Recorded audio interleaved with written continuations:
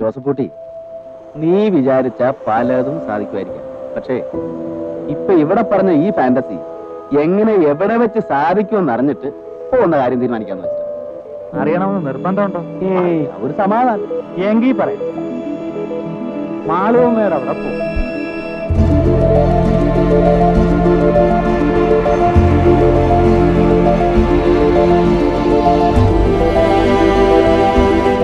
Hi, I'm Sachin and this is Student of Malayalam Cinema.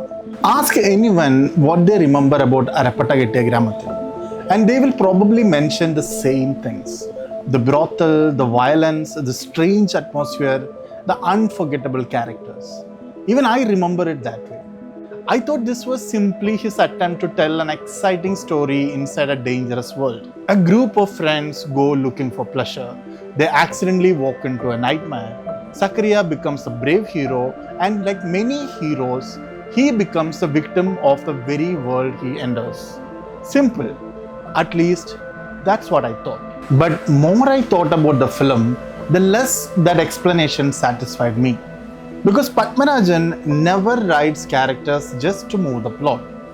His protagonists are never tourists inside the story. They're always connected to its theme. So I decided to watch the film again.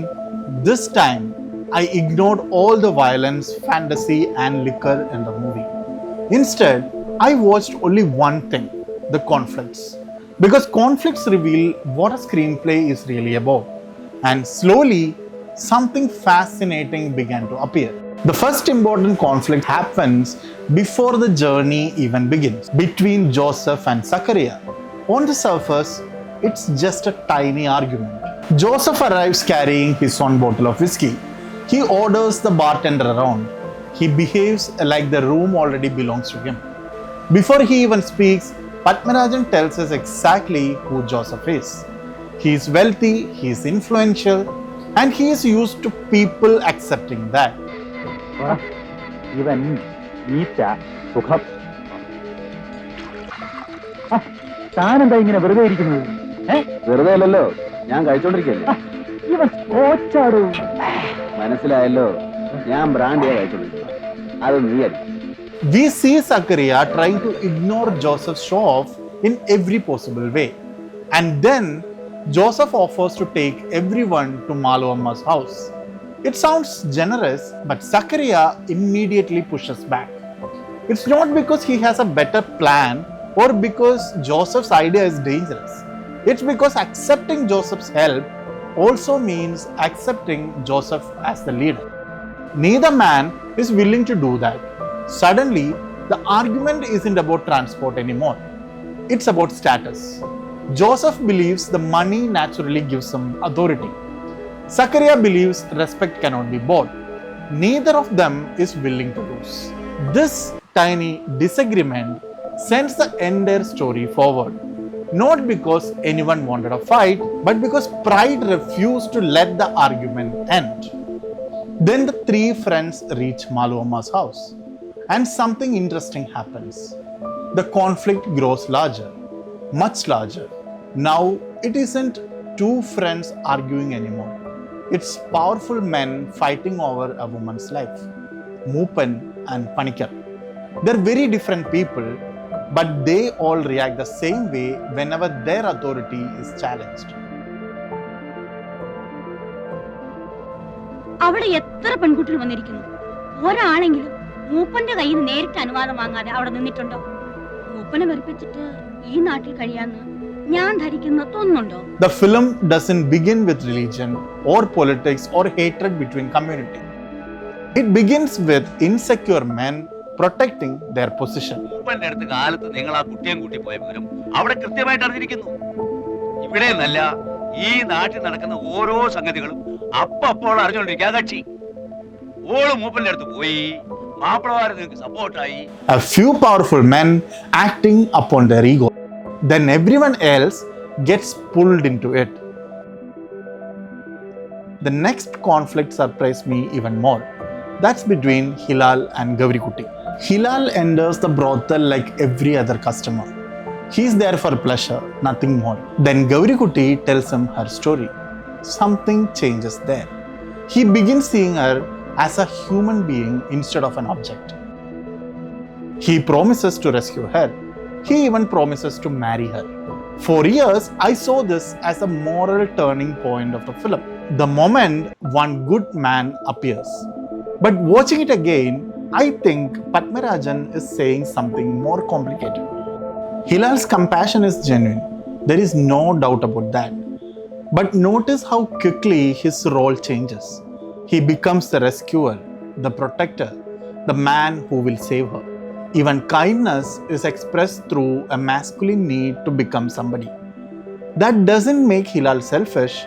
It simply reminds us that ego isn't always loud. Sometimes it wears the face of heroism.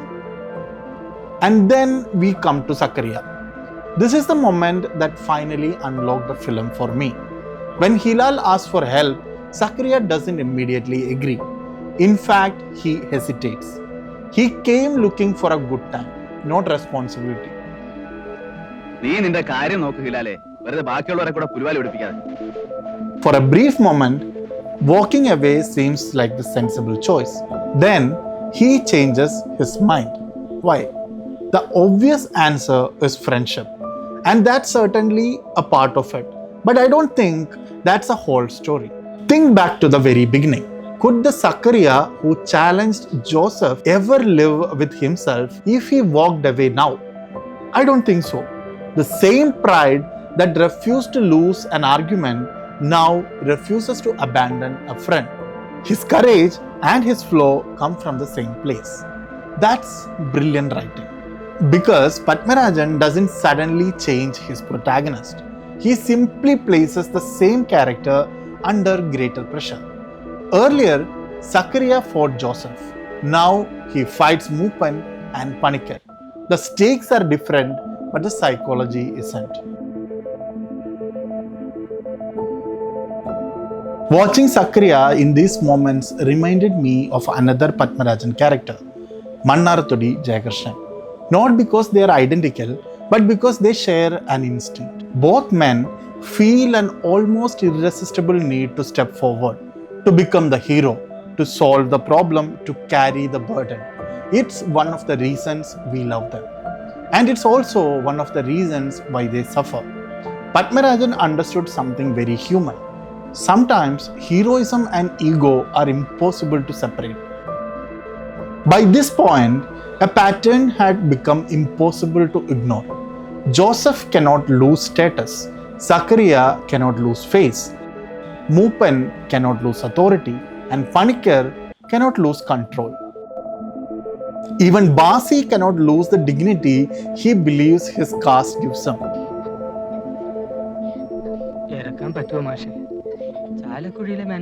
Different men, different situations, the same fear. They are not fighting with each other. They are fighting the idea of losing. Suddenly, every conflict in the film made sense. Look at the women in this film. They're living in a completely different reality. The film begins with a bar dancer who survives by selling fantasy through the male gaze. It then takes us a sprawling house filled with beautiful women, a place built around selling every fantasy men are willing to pay for. In both places, the men arrive believing they are in control. Yet, the biggest conflicts begin the moment their fantasy meets rejection. A dancer who exists beyond their imagination.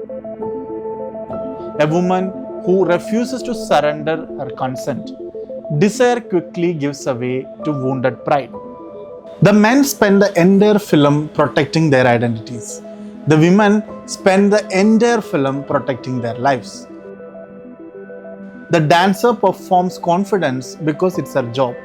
Devagi performs affection she has no longer beliefs in. Malavamma performs strength because weakness isn't an option for her. Gaurikutti performs hope because it's the only thing nobody can take away from her. While the men fight over pride, the women simply try to survive. This completely changed how I saw Zakariya's death. Earlier, I thought Padmarajan was punishing his hero. Now, I don't think that's what's happening at all. Zakariya dies because he remains completely true to himself. His greatest quality becomes his greatest weakness. He cannot stand aside and watch. He cannot lose. The same instinct that makes him admirable also makes him vulnerable. That's tragedy. Not when a good person chooses violence or dies, but when the very thing we love about them also destroys them.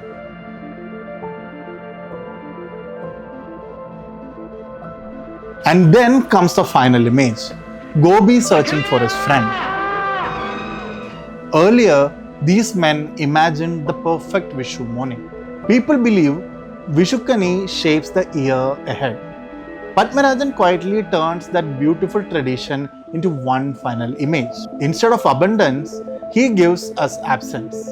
Instead of celebration, he gives us the cost of pride. And finally, Padmarajan reminds us that the strongest character flaws are never purely negative. Zakaria's ego, pride, and the commanding nature makes him entertaining, makes him a good friend, it makes him loyal, it makes him courageous, and even at times it makes him superheroic.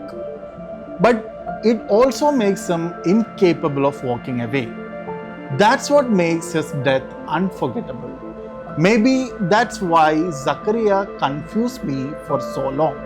I was looking at what happened to him, but Padmarajan wanted me to look at why it happened to him.